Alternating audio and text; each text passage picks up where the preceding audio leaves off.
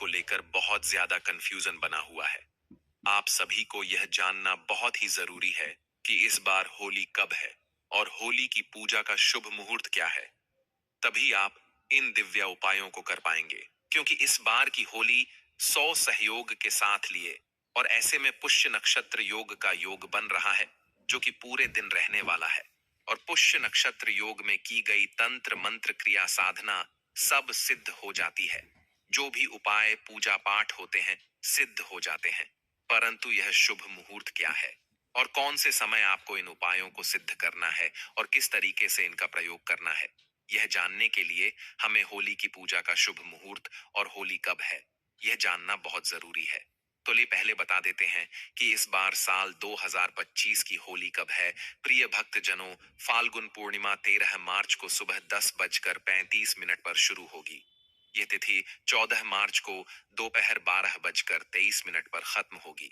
उदया तिथि के मुताबिक होली 14 मार्च को है। होलिका दहन 13 मार्च को मनाया जाएगा। होलिका दहन का शुभ मुहूर्त 13 मार्च को रात 11:26 से लेकर देर रात 12:30 तक है। होलाष्टक फाल्गुन शुक्ल अष्टमी से लेकर होलिका दहन तक रहता है। साल 2025 में होलाष्टक 7 मार्च से शुरू होकर 13 मार्च तक रहेगा। दोस्तों, होलिका दहन और ऐसे दिन पर आप बहुत ही ज्यादा खास उपाय कर सकते, जो केवल और केवल आप साल में एक ही बार कर सकते। इस उपाय को फिर आप कभी भी नहीं कर सकते। अगर आपने इन उपाय को आज के दिन मिस कर दिया तो पूरी लाइफ स्वच्छताते रहेंगे। इसलिए होली के दिन इन उपायों को जरूर करें, मानकर चलिए। आपके यहाँ पर कर्ज की अगर प्रॉब्लम है, शादी नहीं हो रही है, एक्स्ट्रा मेटल और अफेयर है, कोर्ट कचहरी का मामला चल रहा है, घर में बहुत ज्यादा क्लेश है, सुख शांति बिल्कुल नहीं है, नजर दोष है, कोई भी ऐसी समस्या है, कोई भी नेगेटिव एनर्जी को ब्रेक करना हो, तो होली के दिन आप बहुत ही अच्छे से आसानी से उपाय कर सकते हैं।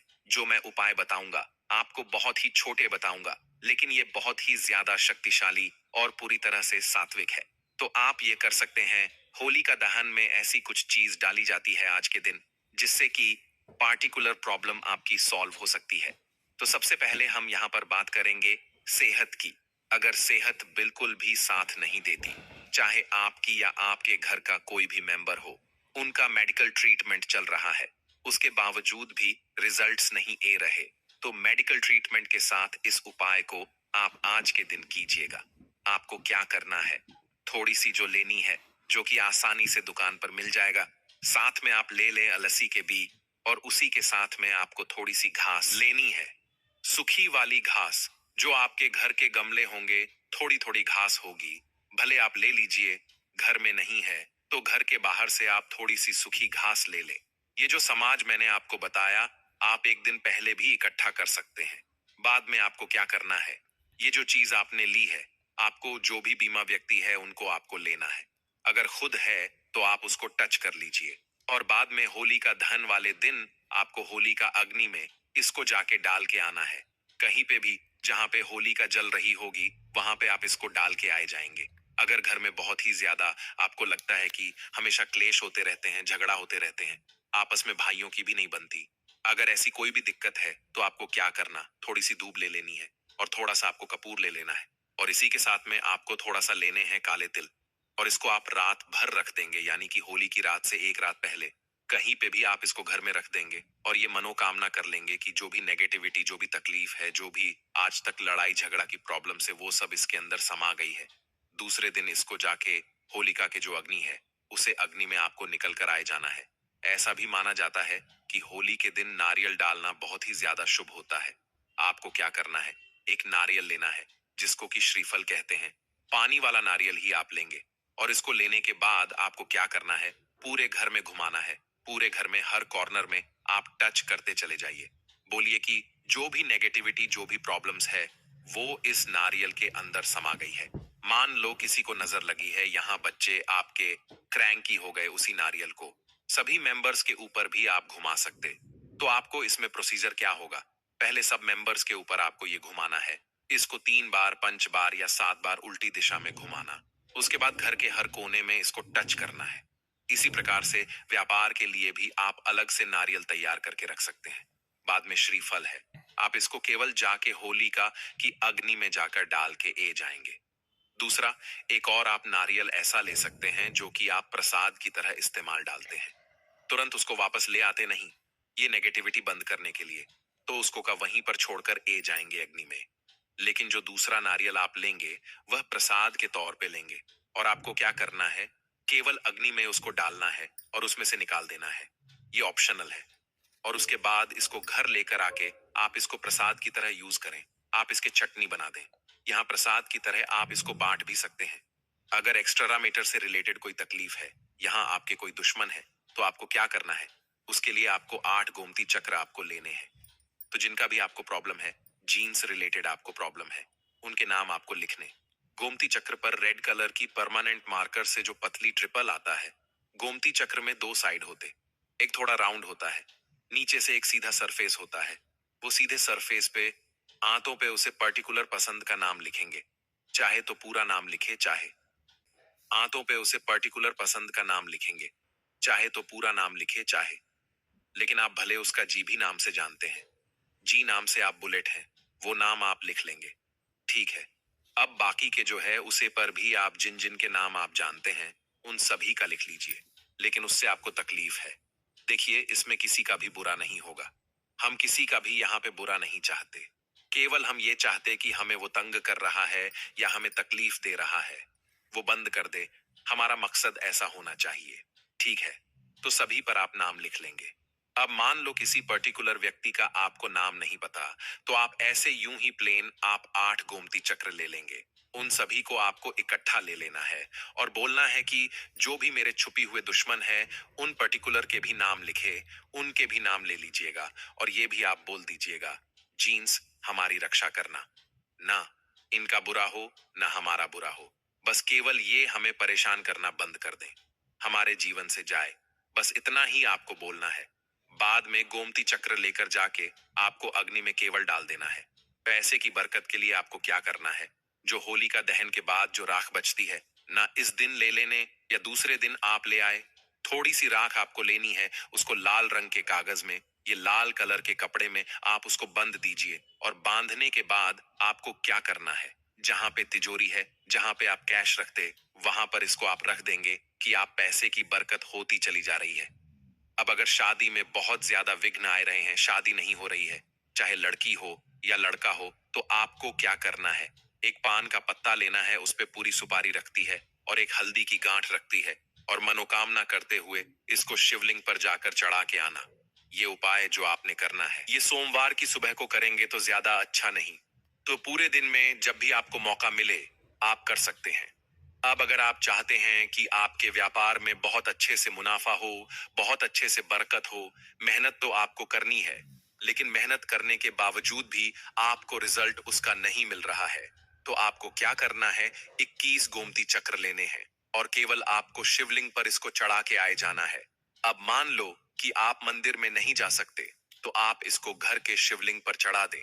बाद में नेक्स्ट दिन आपको ये गोमती चक्र लेने और आपको उसको मिट्टी में दबा देना। इस प्रकार से आपकी शादी वाला भी कर सकते हैं कि घर के शिवलिंग पर रखेंगे, बाद में दूसरे दिन मिट्टी में दबा के आए जाएंगे। पूरी तरह से घर से नेगेटिविटी रिमूव करनी हो तो सबसे बेस्ट है कि कोई भी आपके घर में पुराना लकड़ी का टुकड़ा पड़ा होगा, वो जरूर से आप लेकर जाएं और उसको अग्नि में डाल दें। अब मान लो ऐसा नहीं है आपके पास कुछ भी, तो आप क्या कर सकते हैं, छोटा सा एक लकड़ी का टुकड़ा कहीं से भी ले आए। एक दिन पहले ही भले आप ले आए, उसको घर पे रहने दे। एटलीस्ट 24 घंटे उसको अपने घर में रहने दे और ये बोले कि घर की जो भी नेगेटिविटी प्रॉब्लम्स है वो उस लकड़ी के अंदर आ चुकी है। बाद में इस लकड़ी के टुकड़े को लेना है और इसको अग्नि में जाकर आपको डाल देना है। अब जो भी मैंने आज आपको उपाय बताई, मान लो कि आपके यहाँ होलिका नहीं जलती है, तो ऐसे में आप क्या करेंगे, आप खुद घर के बाहर जाइए। घर के बाहर जाकर थोड़ी सी लड़कियों का आप छोटा सा होलिका आप बनाकर कर सकते हैं और उसके अंदर आप एक चीज डाल सकते हैं। उन सभी के लिए बोल रहा हूं जिनको बहुत ज्यादा दिक्कत है या होलिका दहन उनके घर से बहुत ज्यादा दूर होता, तो ऐसे में वो क्या करें, तब वो ये उपाय करें। इस तरीके से ऑप्शनल है जो लकड़ी का मैंने उपाय बताया। अगर आपको वो नहीं मिल पाए तो आप क्या कर सकते हैं, घर से जो आपके पौधे होते हैं ना, उसमें से सूखी टहनी का भी आप इस्तेमाल कर सकते हैं। तो जो भी आज मैंने आपको उपाय बताए, इसको आप जरूर से कीजिएगा। इसको बिल्कुल भी मिस नहीं कीजिएगा, क्योंकि जैसे कि मैंने कहा, आप केवल इसको होलिका के दिन कर सकते हैं। केवल होलिका दहन वाले दिन ही कर सकते। बाद में पूरे साल आप नहीं कर सकते। उपाय को करने की कोशिश कीजिए। इसमें आपका कोई नुकसान नहीं होगा, बल्कि आपको फायदा ही होगा। इस दिन लाखों करोड़ों तांत्रिक भी अपने तंत्र क्रियों को अलग अलग प्रकार से सिद्ध करते हैं, क्योंकि इस दिन कर गया उपाय कोई सा भी हो, वह कभी भी सफल नहीं होता है। उसका हमें लाभ जरूर होता है। इसीलिए आप यह उपाय जरूर कीजिए। अगर आपने इस वर्ष यह उपाय नहीं किया, तो आपको फिर पूरा एक साल इंतजार करना पड़ेगा, क्योंकि होली का दहन साल में एक बार ही होता है। अगर आप भी किसी सिद्ध के द्वारा मंत्र का जाप करके उसे सिद्ध करना चाहते हैं, तो होली का दहन के दिन सभी पेड़ पौधे जागृत अवस्था में होते हैं। सभी पेड़ पौधों में देवी देवता निवास करते हैं। इस दिन चंद्रमा भी अपनी 16 कलाओं से परिपूर्ण होता है। चंद्रमा की 16 कलाओं से परिपूर्ण होने के कारण हमें बिना वस्त्र के, अर्थात कुछ हिस्से को छोड़कर बिना वस्त्र के, हमें थोड़ी देर चंद्रमा की रोशनी में घूमना चाहिए। इससे आपको कभी कोई बीमारी नहीं होगी। अगर आपके शरीर में कोई बीमारी है, तो भी वह चंद्रमा की शीतल रोशनी से दूर हो जाएगी। और आप वृक्ष भगवान विष्णु और माता लक्ष्मी को समर्पित होता है। मदार का वृक्ष गणेश जी को समर्पित होता है।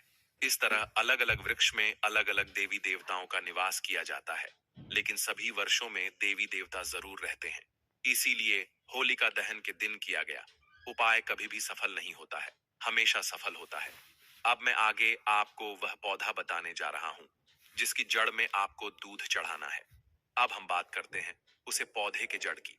आपको उसे पौधे की जड़ में कितने बजे दूध डालना है, इस वीडियो में बताई गई छोटी सी जानकारी आपकी किस्मत को चमक कर रख देगी।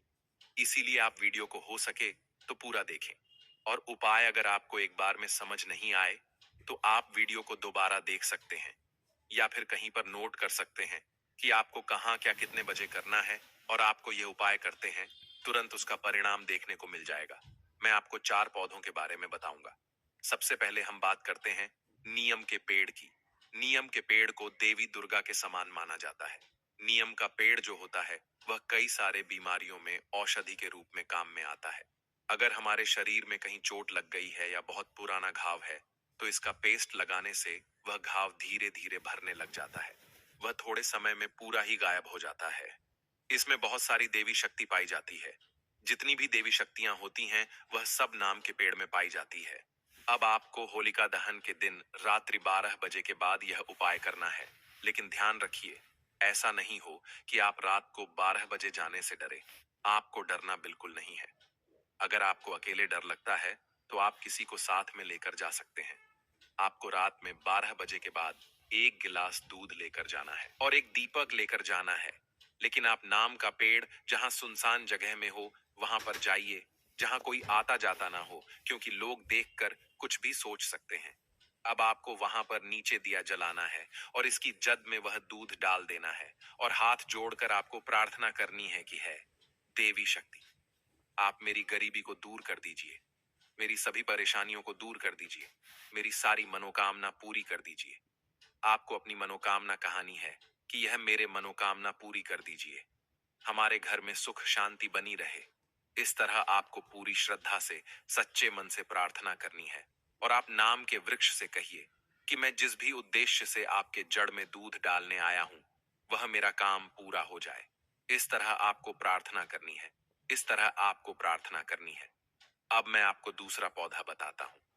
वह है बेल का पौधा। हमारे पुराणों में बेल के पौधे को माता पार्वती के समान बताया गया है। अर्थात कहा गया है कि इसमें माता पार्वती का निवास होता है।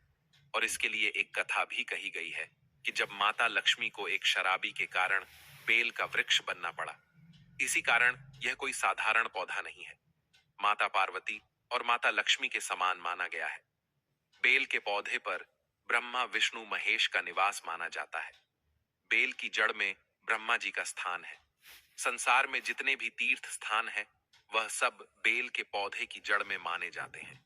इसके बीच वाले हिस्से में भगवान विष्णु और जो सबसे ऊपर का हिस्सा है, उसमें भगवान शंकर का निवास माना जाता है। और इसके पत्तों में माता लक्ष्मी, माता पार्वती का निवास माना जाता है। अब मैं आपको एक बहुत ही खास जानकारी बता देता हूं कि जब भगवान शंकर ने समुद्र मंथन के दौरान विष पिया था, तब पत्ते भगवान शंकर को खिलाए गए, क्योंकि भगवान शंकर विष पीने के कारण बहुत ज्यादा परेशानी का अनुभव कर रहे थे। तब सबने सोचा कि इन्हें कौन सही कर सकता है। तब माता पार्वती ने बेल के पत्ते भगवान शंकर को खिलाएं, जिससे उन्हें राहत मिली। इस कारण यह बहुत ही खास पौधा माना जाता है। अगर आप भी होली के दिन अपने परेशानियों से छुटकारा पाना चाहते हैं, अपनी बीमारी से छुटकारा ना पाना चाहते हैं, तो शाम को 7 बजे ध्यान रखिए। शाम 7 बजे आपको बेल वृक्ष के पास जाना है और वहां पर एक घी का दिया जलाना है, और आपको एक गिलास कच्चा दूध लेकर जाना है और उसकी जड़ में कच्चा दूध डाल देना है। आपको गाय का दूध ही लेकर जाना है।